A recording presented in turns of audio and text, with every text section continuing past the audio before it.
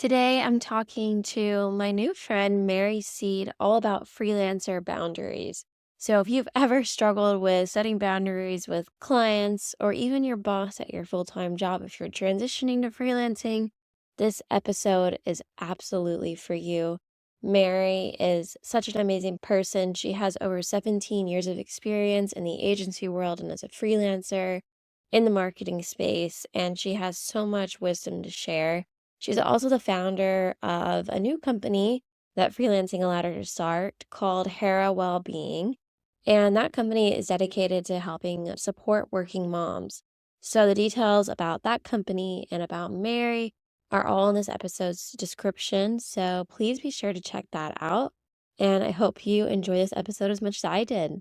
Welcome to the Freelance Unlocked Podcast, hosted by me, Haley Davidson. I quit my corporate marketing job at 23 to freelance full-time. Since then, I've tripled my income, work just 20 hours per week or less, and get to work from anywhere in the world. But like many new freelancers, when I first got started, I was underpaid, overworked, and disrespected by clients. In this podcast, you're going to learn how I turned the tables and unlocked true freedom and started living my dream life through freelancing. And here's a spoiler alert. My success started from the inside out. I'm so glad you're here. Now let's get started. Hello, Mary. Welcome to the Hi. podcast. Thank Thank you you. for joining me. I'm glad to be here. I'm very, very excited for our conversation today. Why don't we just start by going over a little bit of your background and tell me about yourself? So I've worked in marketing communications primarily on the agency side I've been in business for about 17 years now. And 15 years of that I spent working at agencies, which was really great. I loved my experience, but agency life is very time intensive and lots going on. And a couple of years ago, I made the switch to freelance. So I have two young children, one in elementary school, one in preschool. And for me personally, just kind of after having my second child, it was like during the peak of COVID, and there was just so much going on, and going back to work was really tough for me in a lot of ways. I dealt with a lot of like postpartum anxiety, and my company was really great with supporting me through that. But it got to a point where I just kind of had to take a look at my life and what were my priorities and how could I better take care of myself and my family. And ultimately, that's kind of what led me to the freelance route. I didn't want to give up work entirely. I enjoy working, and, I'd put 17 years into it, or 15 years at that point, and I didn't want to just give it up, but I didn't want to do it in the same capacity either. So I just took a leap of faith and tried freelancing, and so far it's been great. Yeah, I feel like a lot of people go through that too. I don't know. It just, at the end of the day, it is always a leap of faith to go freelance. And thank you for sharing that, by the way. Yeah. Something that we kind of been talking about, and you said you listened to the episode with David last week. So one of the themes we were talking about there was like how a lot of the messaging on social media is around freelance to make a ton of money, make $30,000 a month. And, Right. We talked about separately, when we met. Of course, you can make like a lot of money freelancing. You can replace your 9-to-5 income, but I love hearing your story, because what I'm hearing, and tell me if I'm wrong, is like it was about, finding a certain lifestyle for you, finding more freedom for your kids. Yeah. Yeah, it was definitely for me about getting time back. That was the main priority. It was about being able to be around in the afternoon to get my daughter from school and be able to be a part of her activities, and, not have my son at daycare till 6 o'clock every night. Yeah. And it was about finding time to take care of myself, like go exercise and do things that I need to do, cook healthier food, things that I just wasn't having time to do before. So my mindset going into it was kind of like, I'm willing to take a step back in my career to get time, and I'm not even necessarily looking for more money. But I was actually pleasantly surprised. I feel like over the past couple of years, I've learned way more than I thought freelancing, because I've worked with so many different clients. Before, in the agency setting, I was like an account lead, so I would be on one account for kind of a long time, and I would take on other things here and there. But I found it really interesting, and I think really beneficial to work on so many different things over the past couple of years. Like, you have to learn to shift gears really quickly and pick up different types of business and accounts and things like that. And I feel like I've actually grown a lot in different skill sets. So I feel like I've challenged myself in a lot of new ways professionally, which has been really good. And then I think you can still find ways, freelancing, you can make money, and it's finding a good balance of, what you're looking for with money and with your life individually. Yeah. But I've found that I actually really have learned a ton freelancing, and I've really enjoyed that. That's incredible. I never thought about it that way. What you said about you kind of went into it thinking it might be a step back in your career. Yeah. And I'm not a mom, no kids or anything, so I can't imagine what that's like. But I'm sure a lot of women have that struggle, right? When they have young kids at home, trying to make that decision between sacrificing their career or the kids. And I agree with you in the experience that freelancing has grown my career faster than I ever expected. Yeah. So it's really cool to hear that it helped you too, because Yeah. people don't talk about that enough. So I'm glad you mentioned it, because a lot of people just see the risk that comes with freelancing. They think it's going to damage their career. They think that, and of course there's a lot of risk, but there's also a ton of reward professionally, even if you decide to go back to corporate later, right? Oh, of course. Yeah, Yeah. absolutely. I've gotten to work, with some different people and on projects that I wouldn't have had the chance at otherwise. And I think, you have to be willing to put yourself out there a bit more. Yeah. And you got to network and, even things like that, just practicing that on a regular basis is, Yeah. good for you. That is true. Skill sets. When you started freelancing, did you think you were like the kind of person that was like a salesperson or a business person? What was that identity shift for you like when you started freelancing? It was definitely like, if I put my mind to something, like I will go do it. But there were parts of it that were definitely outside of my like regular comfort zone. But I just had to say, like, if I'm going to do this, then I have to be willing to be a little bit uncomfortable at times. And Yeah. that's just going to be part of it. I've also been pretty fortunate that I haven't had to do a ton of like pushing for work. I've done a lot of work with my old agency, which has worked out well. And just having contacts from over the years, a lot of other people who freelance now too. The pandemic was kind of a good shift for that in a sense. Yes. So it's nice to connect with people that are kind of in the same boat and things like that. Yeah. No, I love that. And that's something that I tell people all the time, especially women who I coach that want to freelance, but already have a ton of experience in the corporate world. Maybe they worked in an agency. I Mm-hmm. think they have so much fear about having to be that salesy person and thinking that when they go freelance, they're going to be starting from scratch. Like, I'm curious, what would you, as someone who does have more experience in your career than me, who, I only worked in corporate for a couple years before I took the leap, like, what would you tell that person who is really nervous and doesn't realize like that they already have a network, I guess, and that Yeah. can make it work? I don't know. I think they have so much anxiety. So how could you Yeah. advise I think you them? would be surprised at how many people you know and how many people are willing to help. Like I would just start by making a list of like, here's all the people I could reach out to. And reach out to a few of them and have conversations. And probably every single one of those people will put you in touch with someone else. And before you know it, you've got like, you're like, oh, wait, maybe I've reached out to too many people. I might have too many contacts or too many possibilities coming in. Yeah. But I think just reach out to old friends, old coworkers, and you'd be surprised how many people are willing to just hop on a call and support you and make referrals and things like that.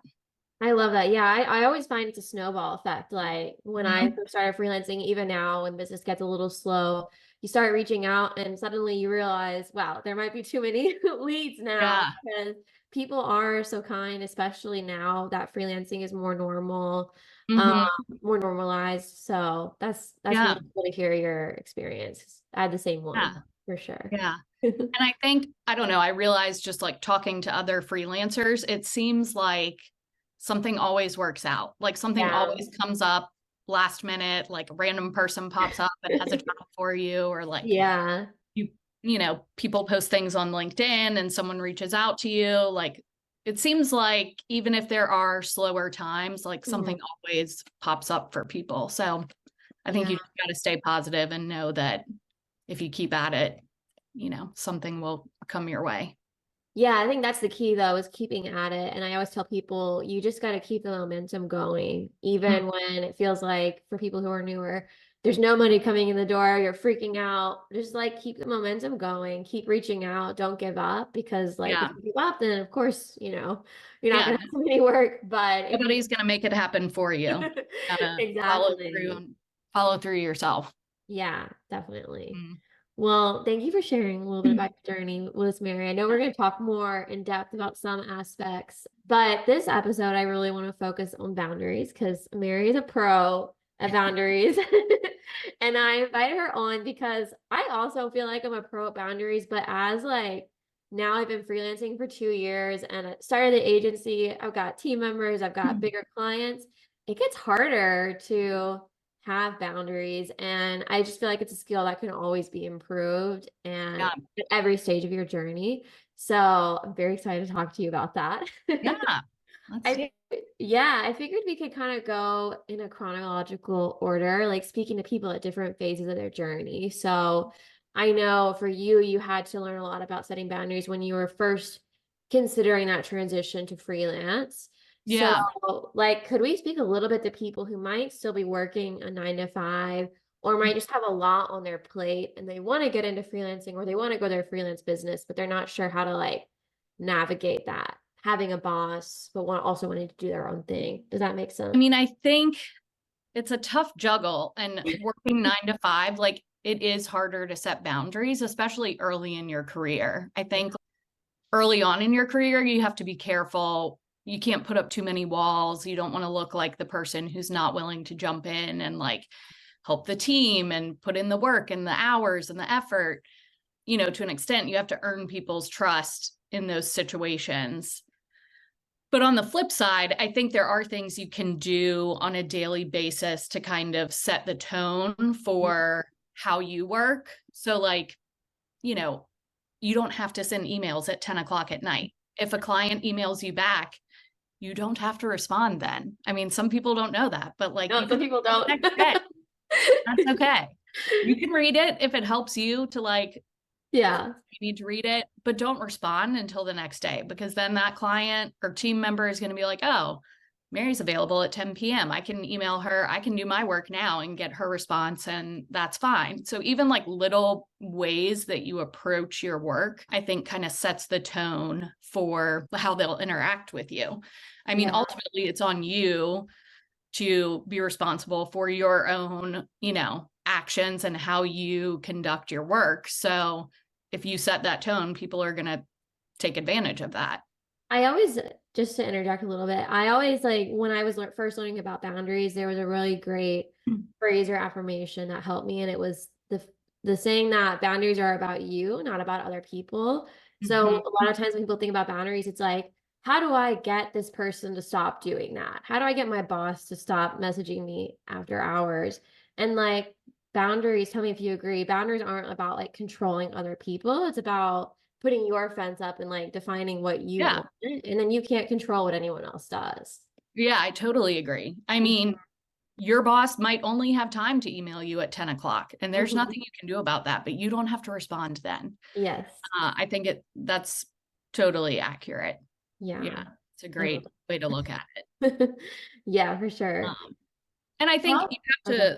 you have to also be realistic with like setting expectations, like if you have some standing appointment on Thursday at 4 o'clock that you can't miss, like you have to tell your team that or your Yeah. clients that so that if they can't find you, they're not annoyed. Like you have to be clear in Yes. what's going on too. People aren't mind readers. Yeah, I think that's a huge one actually that I see a lot of times, especially with women, is they maybe have the boundary or they have the thing that they need to do, but then they don't communicate about it because maybe they feel guilty or they feel, I think that's a big one is just feeling guilty about it. And so I Yeah. always think just have the hard conversation. You're going to feel better. Like there's nothing to feel guilty about, but you do have to communicate it or else people will get Yes. mad. Yes.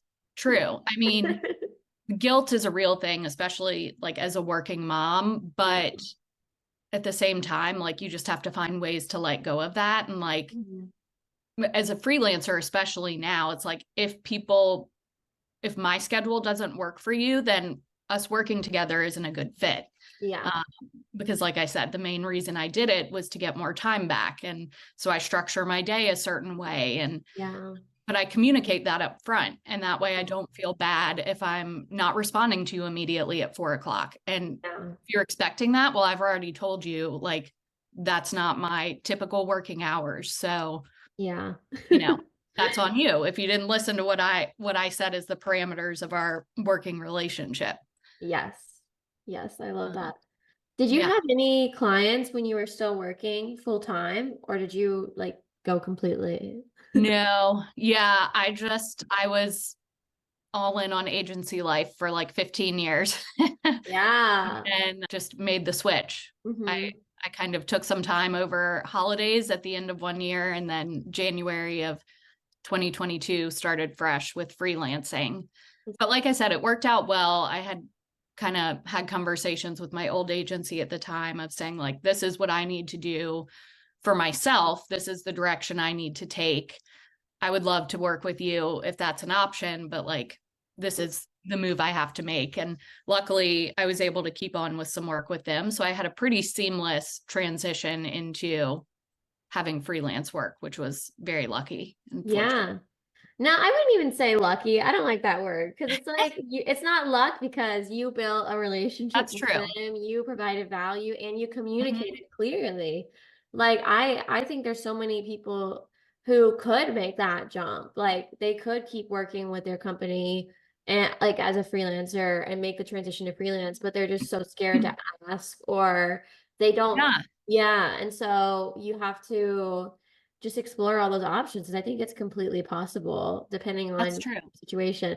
Yeah. I also kind of jumped in. I had one client when I took Yeah. the leap and then working for my company, I worked in finance and they were like crashing and burning, laying Oh people gosh. off.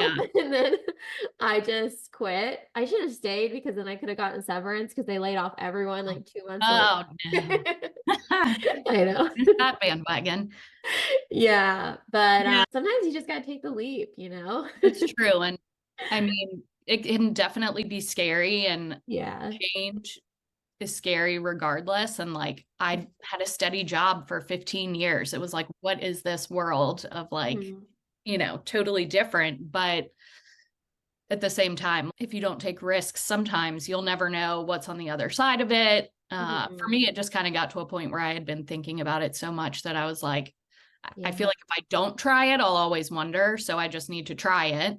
And Yeah. nothing has to be permanent in any sense. If it doesn't work, I can go back to a full-time job. I could try to find a part-time job. I could, figure something else out, but you got to sometimes take a risk and just try it and see how it goes.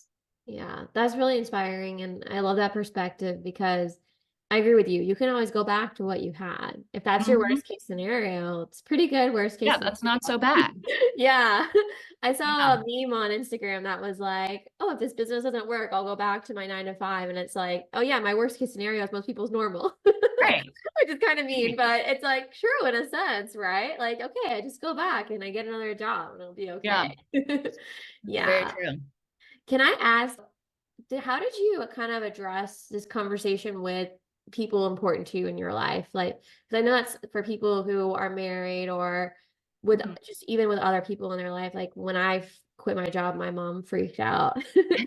So how did you kind of like explain your decision and navigate those conversations when you were making the leap to freelance? Yeah. I mean, obviously, my husband was very involved in the decision-making process, which was a long process for me to just get there in my own head of like, okay, I'm Yeah, actually going to do this. We had many, many conversations about it. He was super supportive. And like that's for great. me, like I said, it kind of stemmed really from like I had postpartum anxiety issues, and that just had a really negative effect on me, and that trickles down to like family dynamic. It was a Of really course. hard few months, and we all agreed like this is not a situation we want to be in again. And I couldn't go back to doing the same exact things and think that I was not going to end up in the same exact place. So we were like, we have to look at alternate solutions here. And, we're very fortunate that my husband has a really good job and we could kind of look at alternate solutions and figure out what that might look like. And he was really supportive of just like, whatever will make you happy. Yeah. And just give it a try. And like we were just saying, if it doesn't work out, we can always shift our approach. So I think, the people that were really close to us, like family, knew about the postpartum things going on that were kind of driving it. So I don't think it came as a surprise. At work, most of the people I worked with closely were also aware of those issues. So I don't know if it came as a total shock. I think they were surprised that I was leaving full time just because I had been there for so long, but people understood the reasoning behind it and obviously were very supportive. So that was great. Yeah, that's amazing. I think that goes to show how a lot of us, when we make a big decision like that, worry so much about what other people are going to think. And they might be surprised by your decision, but most of the time I feel like people are very supportive if you're doing what's right for you and you're vulnerable about. It sounds like you were Right. pretty open about what you were going through, which can be really tough. But like that helped make your transition easier because you were open about what you were going through. Yeah, for sure. And it's taken me a long time to get to a place where it's somewhat easy for me to talk about those things, but I'm a big believer in normalizing like postpartum issues. I've used my freelance journey as an opportunity to kind of also look at, some of my passions and helping people in certain scenarios. And I'm trying to start another business where I work with corporations to help working moms deal with the struggle of new motherhood and work and juggling it all. So I'm launching a new business there, and I definitely wouldn't have had that time and freedom to kind of build that business while I was working full time. So that's another really great thing that's come out of that for me. So that's kind of, a passion of mine is making that more of an open conversation and, just figuring out what you need to be happy and successful and do all the things. Yeah, that's amazing. I'm so excited to hear more about this business as you build it. And I love it. I think so many people get into freelancing because they have these other passion projects and allows you to create so much space to explore your passions. Like, I think a lot of people think that they have to do what they're passionate about for money, or they think that to get into freelancing, there's a lot of conversation around, was this like what I'm really passionate about? I'm always like, SEO is great. That's what I do. But I don't pretend it's like my number one passion. It's just a great way to create even more space for things that I might be more passionate about. So that's a great way to look at it. Yeah. If it gives you the freedom and the ability to have time to do what you want to do, whether that's travel or, whatever it is, that's great. Yeah. But in that brings us, to the big question then is like, well, we have to have those boundaries to actually maintain that space, right? Because it's easy to, I feel like something that I've gone through and I've seen some of my friends who freelance go through is quit the job, get into freelancing, and then maybe you become really successful as a freelancer and it snowballs and all of a sudden you're working more than ever before. And so that can be really tough. Like, do you have any advice for those people? How do you stay intentional with your workload? Maybe that's a good place to start. It really just depends. It's on you to either say no to the projects or if you say yes to them, to take on that additional time. I think in our industry in particular, the work ebbs and flows. So you could be super busy for a month or two on a project and then maybe not so busy for a month or two. And it's kind of a mental shift of reminding yourself like, this short-term 2-month project that I'm going to be really busy on, that's not a permanent thing. So I think that's one way to look at it. Now, if you're signing a contract with someone for 2 years and you're signing up to work a lot more, that's shifting like your everyday life. And that's something you might want to look at more of like, is this how I want to work? But, it's tricky as a freelancer. It's like you get paid by the job. So it's like, do Yeah. I want the money or do I want the time? And you just got to pick where your priorities are Yeah. and try to balance as best you can and, learn from each thing you do. If you took on the extra work and you realize like, wow, I really want more of the time in my life, then Yeah. maybe say no to the next project that comes along, and that's okay if that's Yeah. your priority. Or just charge an exorbitant amount of money to get them to say no. Or they say yes to your crazy high prices and then you just hire someone to do the work for you. There you go. You can always build a team. I mean, that's true. Yeah, a lot of people don't want that though. And I mean, as someone that's done it, it's fun, but it's not for everyone, for It's sure. just it's a different type of work. It's a different type of work. Yeah, I don't even know if I can call myself a freelancer anymore sometimes because I'm like, I still do some work, but a lot of it is just managing the team. Manager. So Yeah. yeah. That's work too. It is definitely work. Mhm. But I also like what you said about the ebbs and flows. I think that takes a lot of adjusting to. And I haven't seen that rhythm until now, looking back on 2 years of freelancing. I Mhm. think understanding that there is that rhythm has helped me have a lot less anxiety about the financial side, about the workload side. So I don't know what the question is there, but maybe we could just talk about that a little bit more, like managing those ebbs and flows, whether that's, you know, the way you develop your contracts or I don't know, any other thoughts there? Maybe there's nothing to discuss on that, but I mean, yeah, if you use your downtime, I think a good use of more downtime is trying to fill your pipeline with other work.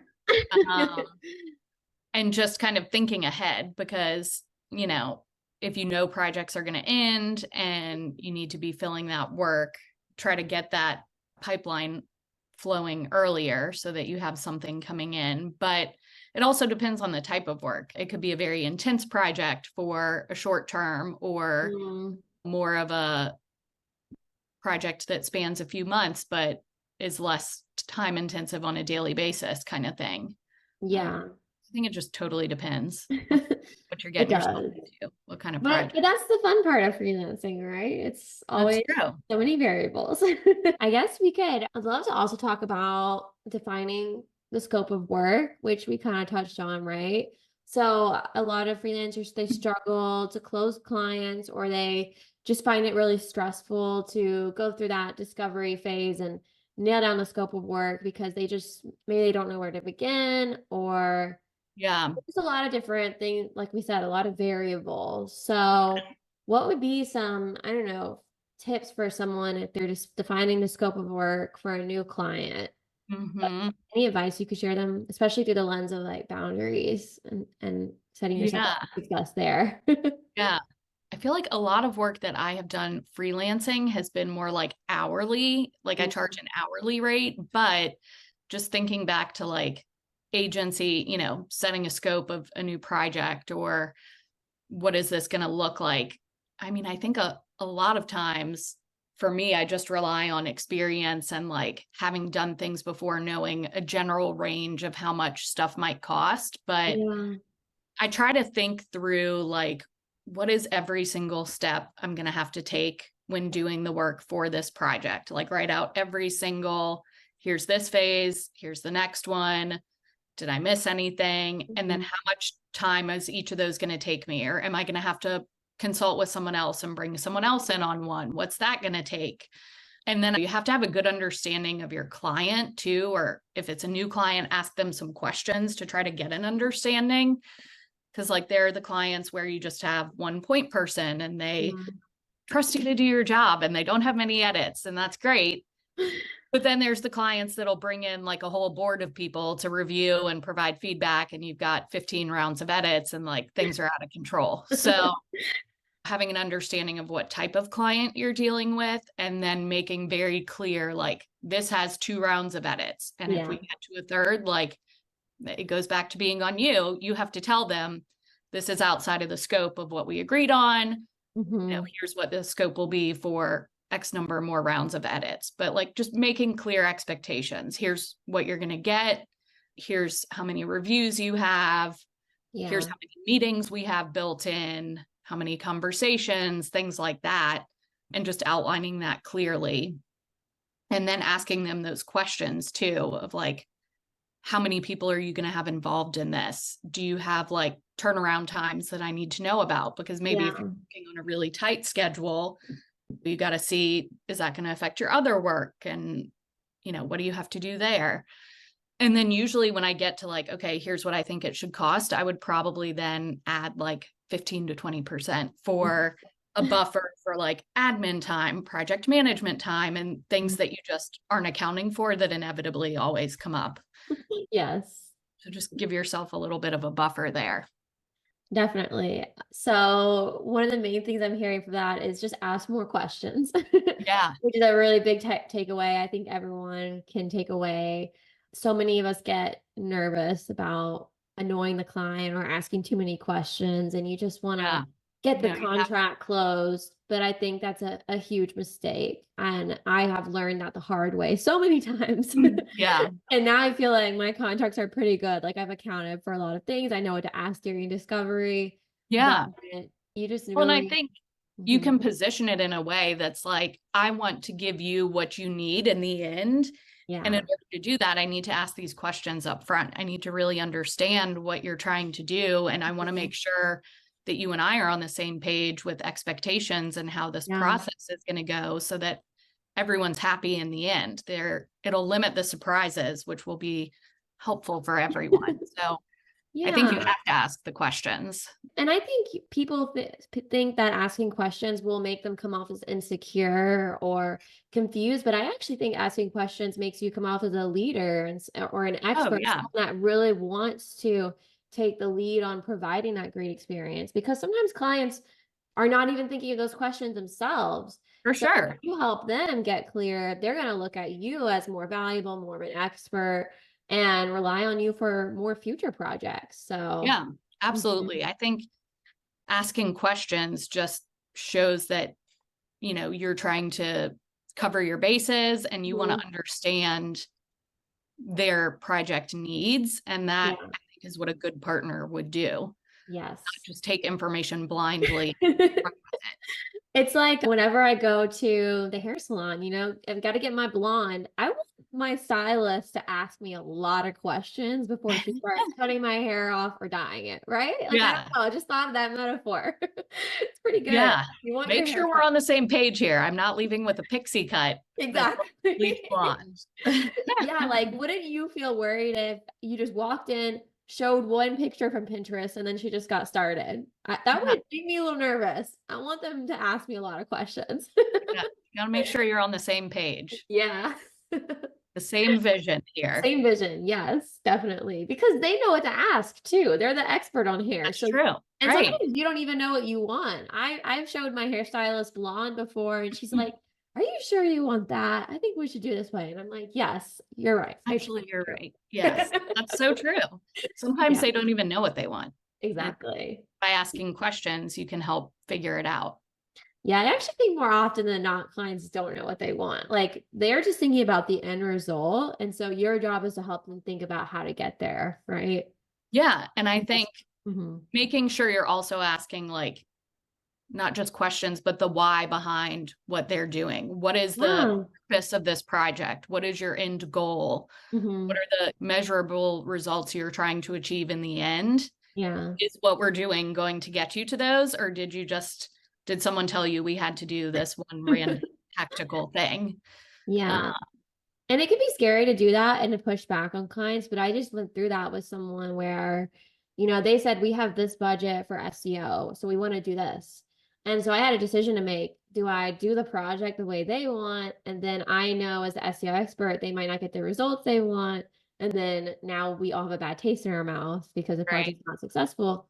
Or do I do the scary thing and kind of like in those situations, it can feel aggressive. Like you have to push back and be like, actually, based on my experience, I think you might get the results you want from this approach. And Yeah.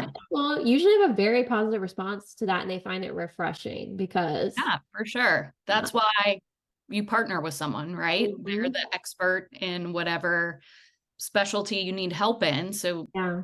I would expect someone to bring to the table like concerns or have you thought of this scenario? Yeah. Or maybe we should look at it this way. Uh, And, at the end of the day, if you go through all those questions with them and you ask the why and you have those conversations and they still just want the tactical thing, Yeah. you've done your due diligence and, you've tried to have those conversations. So I think you do what you can. Yeah, you do what you can. And then sometimes maybe you say no to the project. I've done that before when I was Yeah.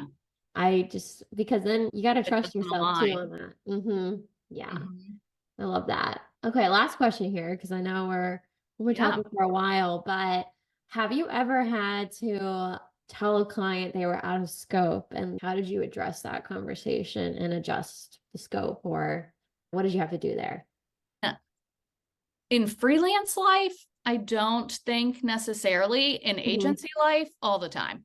Oh my gosh. Well, tell us, because I feel like, yes, I wish I'd worked in Uh, an agency before I freelanced, because I feel like you get so much good experience there. So yeah, I'd it love to is hear really about good that. experience working Yeah. with lots of different clients. And Hmm. I mean, you have to get comfortable having hard conversations. Clients aren't going to like to hear, we've gone out of scope, this is going to cost more money and take more time. But sometimes you have to have that conversation. And I think that's why it's really important. I mean, I worked on like the client advisory side of things. So I was the person who would have to have those conversations. And that's why it's important to build good relationships so that things don't come as a shock one day, 3 weeks into the project. And they're like, whoa, whoa, whoa, what do you mean Hmm. we're out of scope here? How did that happen? What's been going on? Instead, you should be keeping them up to date on things as you go, giving them updates on budget and how timing's looking, and raising flags as you go. Like, it seems like we're spending more time on this. We're going to have to keep an eye on budget, and like, let's come back to that in a week or so and see where we are. Or, we're on our second round of edits. We had only budgeted 3. If we go outside of that, we're going to have to come back to this. So then when you have to have the conversation, it's not like out Yeah. of the blue. It's more like, hey, remember, we said 2 rounds of edits or 3 rounds of edits. We're at 4 or 5 now. So here's an updated budget. Here's an updated timeline. Let's discuss. But like, it is what it is now. Hmm. But if you're kind of clear as you go through the process, nothing should come as a total shock, because Yeah. clients do not like that. No, but I think, I don't want to be caught off guard with that. they don't like to be caught off guard. And I think Yeah. I like what you said at the end there about how when it does, so you've done all the communication, you've kept them updated. And then when the time comes where you do have to add something to the invoice or you do have to update the budget, you got to like be confident when you come in there and say, hey, it's on the next invoice. Don't ask them if it's okay if they've already gone out of scope. You know what I'm saying? And you've updated them Yeah. along the way. Because I've had to do that before where I'm just like, okay, if you want this done, that's extra on your next invoice. Period. Mm. It's the full sentence. Like, Yeah. and yeah, you can't, what's the word? I don't know. Waiver, I guess. You have Yeah. Or to like apologize or for apologize. doing Hmm. the work. I think it's a different situation if like something went wrong in the project, Sure. and like, if it's your error, like an agency's error, then you got to reassess. But if For it's just sure. like work as normal and it just takes more time and they have more changes, I think it's fair to reassess and come back to the agreement. Mhm. How do you think someone gets out of the mindset of like getting upset or feeling obligated to give someone something that wasn't in the original agreement? But by that, I mean, for example, someone who had a contract and a scope of work, and the client asked for something additional. You can react by saying, yes, that will be extra.